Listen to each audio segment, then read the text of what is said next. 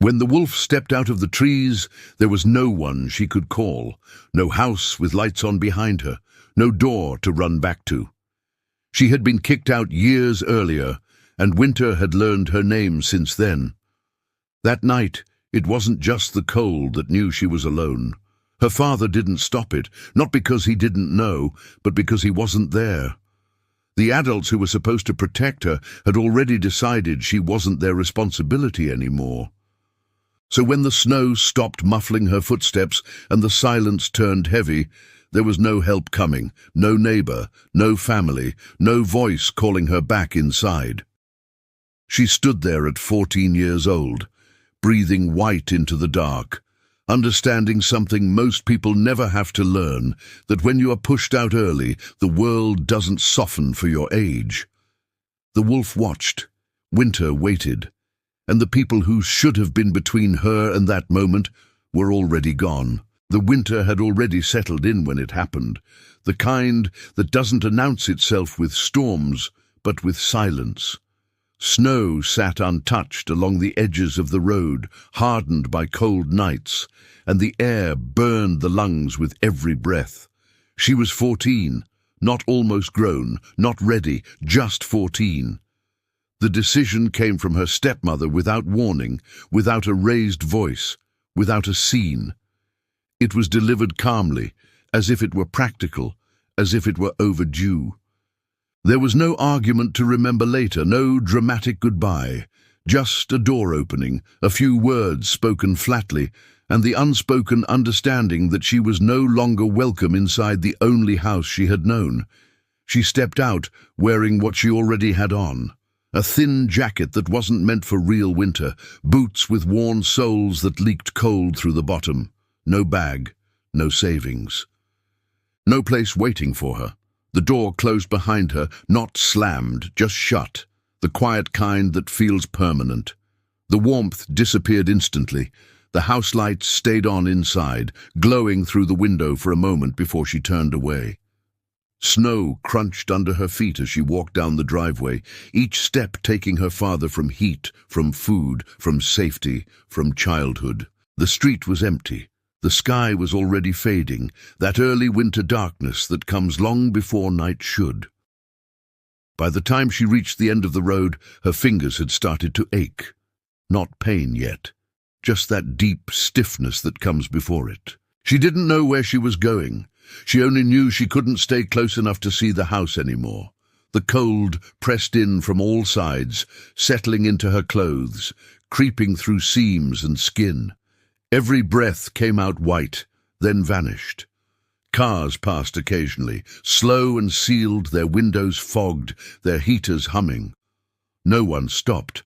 No one looked long enough to see her age. That night, the temperature dropped further, the kind of cold that makes metal brittle and turns shallow shelter into a risk. She found a place to sit out of the wind and pulled her arms tight against her body, trying to make herself smaller, trying to keep what little heat she had left. Snow absorbed sound. The world felt distant and hollow, as if she had slipped out of it unnoticed. At 14 years old, with winter closing in, she understood one thing clearly for the first time. No one was coming to bring her back inside. Winter did not pass quickly after that night. It stayed, then returned again and again, each year teaching her the same lesson in harsher ways. She learned early that survival wasn't about finding comfort, only about avoiding the worst mistakes. During the first weeks, she moved constantly, never staying long enough for anyone to notice or question her. Empty barns on the edges of town became temporary shelters. Basements in half-abandoned buildings offered wind protection, but smelled of damp concrete and rust. Sheds worked only when the snow wasn't heavy and the doors still closed. She slept wherever the air moved least, curling her body inward, pressing her knees to her chest, waking every few hours because the cold would not let her rest for long. Hunger became familiar faster than fear. She learned which stores threw food away at night and which ones locked their dumpsters. Some days she ate nothing warm. On better days, she found bread gone hard with age or soup cans with labels peeled away. Her hands were almost always red and cracked, the skin splitting at the knuckles from cold and dryness. Wet socks were dangerous, so she learned to dry them inside her jacket while walking, even if it made her chest colder. She paid attention to wind more than people. Wind could kill faster. School faded quietly from her life. At first she tried to keep going, sitting in class with frozen fingers, hiding the smell of smoke or damp clothes. But exhaustion made it hard to focus, and questions started to come. Eventually, she stopped showing up. No one came looking. Days became about daylight and darkness instead of hours. She learned how long she could stay still before her feet went numb, how to recognize the early warning signs of frostbite, how to wake herself before sleep became dangerous. Deep sleep in winter was something to avoid.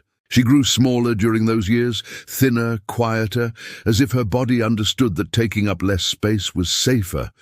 People passed her without really seeing her. Adults assumed she belonged somewhere else. Strangers saw a child and looked away, uncomfortable with questions they didn't want to answer. She learned to stay invisible, to move along fences and tree lines, to choose routes that kept her out of open sight. Winter made sound travel strangely. Sometimes a single step echoed too loudly on frozen ground. She learned to place her feet carefully. Cold became a constant companion.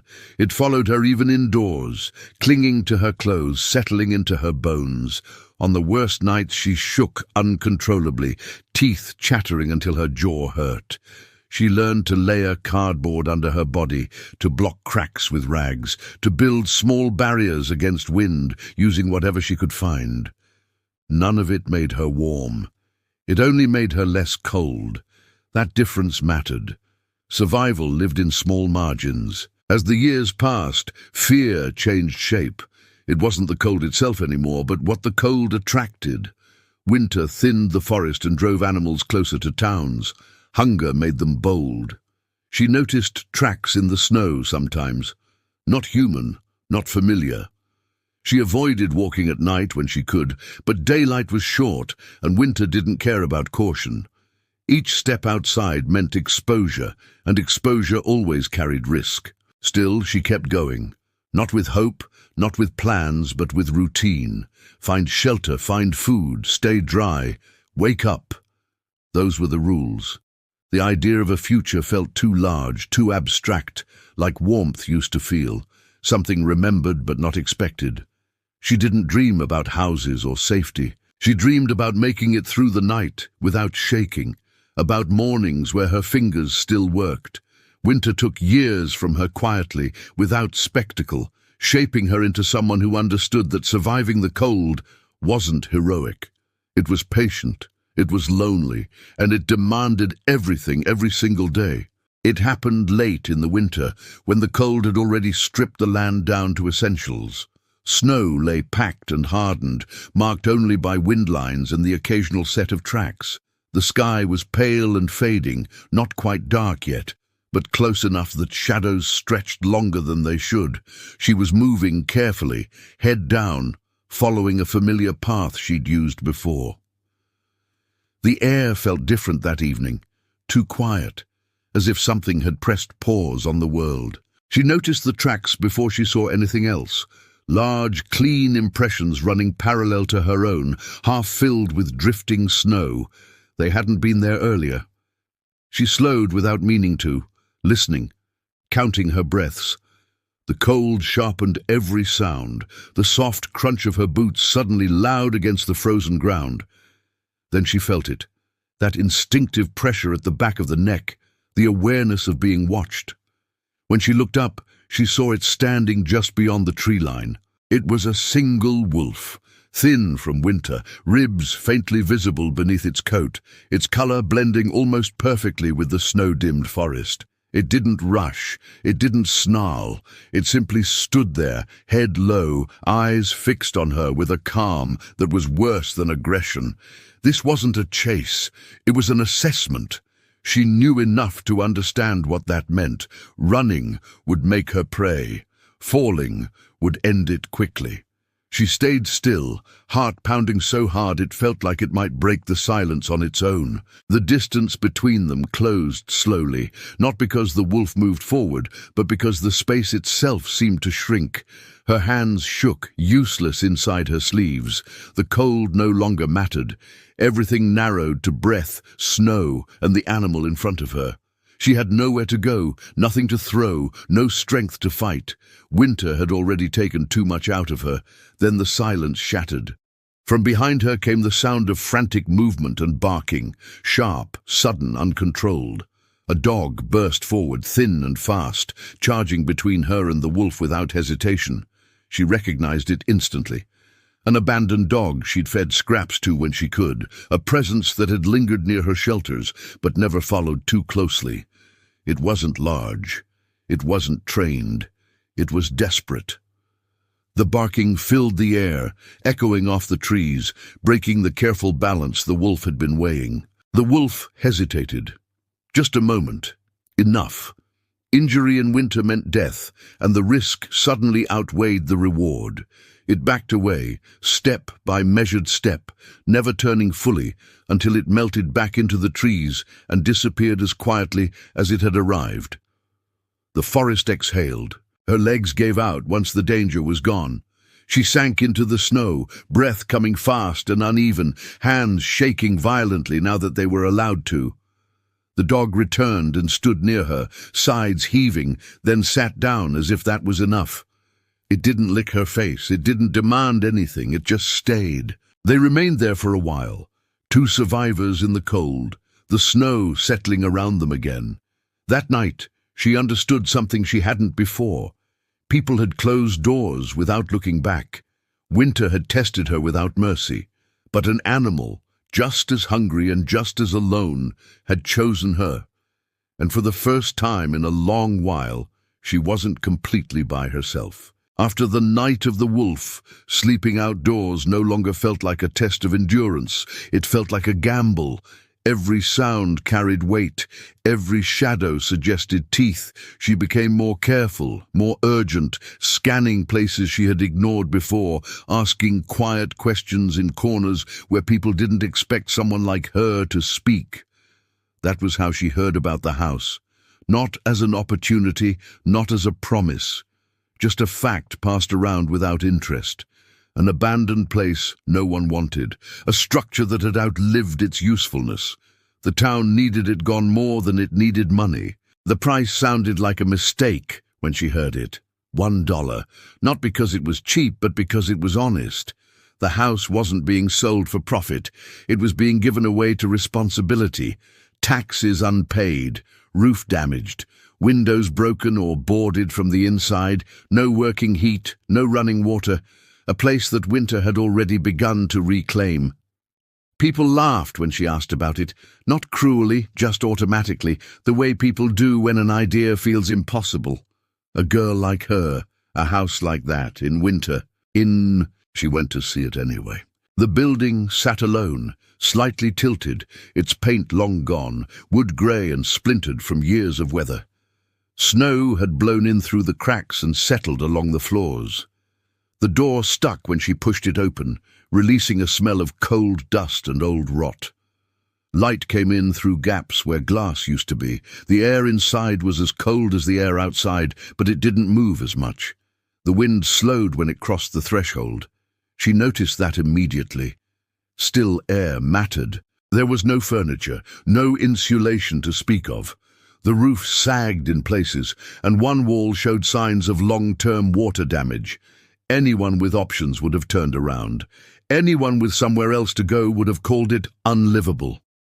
She walked through every room slowly, counting steps, imagining where wind would cut through hardest, where snow would pile up first. She wasn't looking for comfort. She was looking for survival margins, places she could block, corners she could seal, a structure that could be taught to hold heat, even briefly. The paperwork took minutes.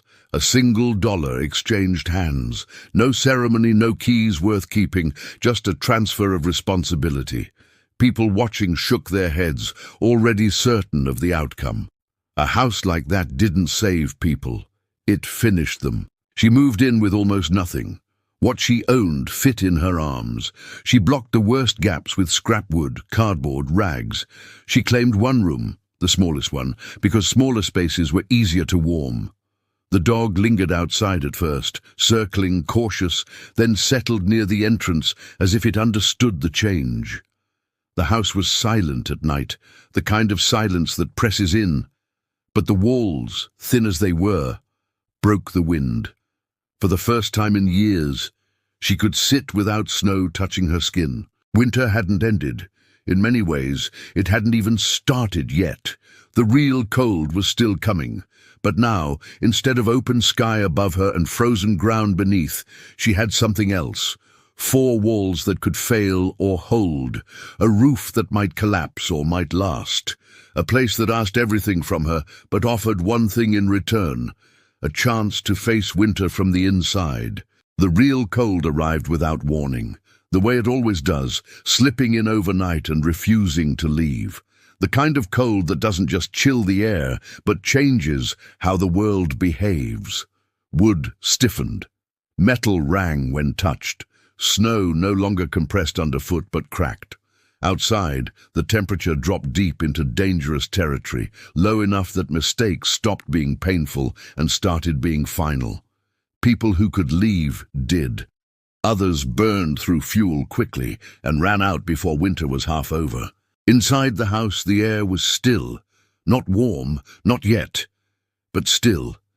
She worked methodically, the way winter had trained her to. She sealed what she could during daylight, layering scraps over cracks, pressing fabric into gaps, stacking anything dense against the worst walls. She learned how heat moved in that space, where it escaped fastest, where it lingered longest. Every adjustment mattered. Nothing was wasted. Even minutes of warmth counted. Nights were the hardest. Darkness came early and stayed. Outside, wind howled hard enough to rattle loose boards, forcing snow through places she hadn't noticed yet. Inside, she stayed in the smallest room, close to the ground, adding fuel slowly, never all at once. Fire was a tool, not comfort.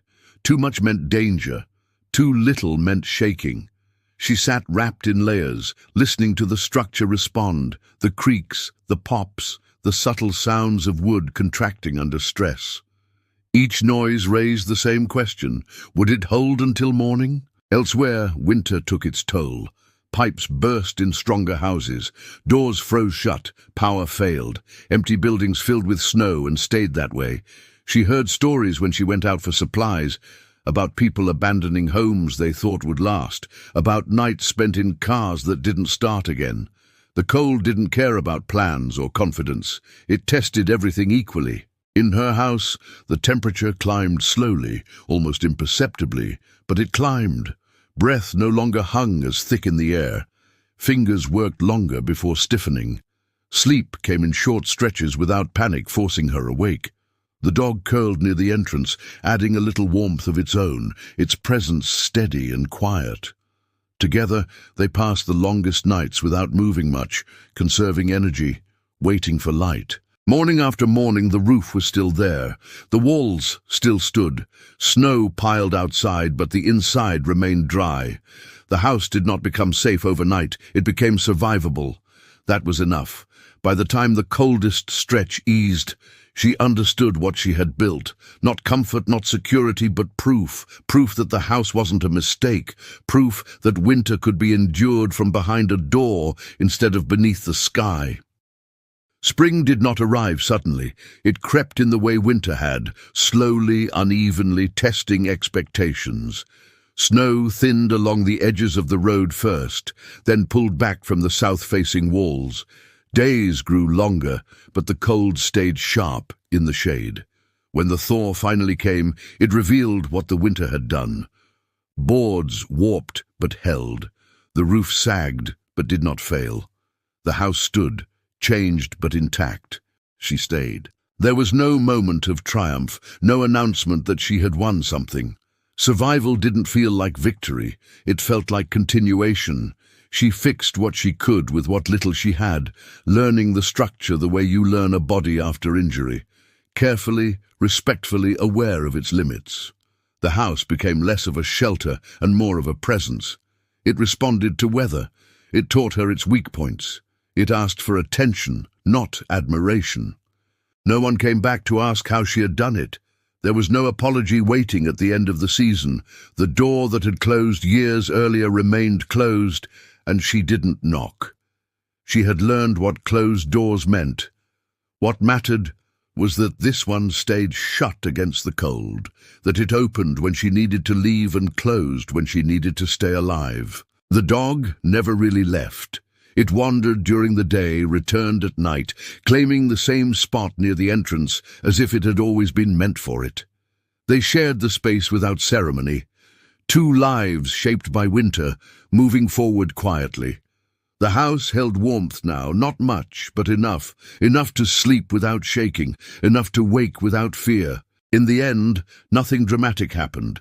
She didn't reclaim anything that had been taken from her. She didn't confront the past or rewrite it. She built something instead, slowly, quietly, one winter at a time. She was kicked out at 14 and left to face the cold alone. Years later, she faced winter from inside her own walls, and that was the only ending she ever needed.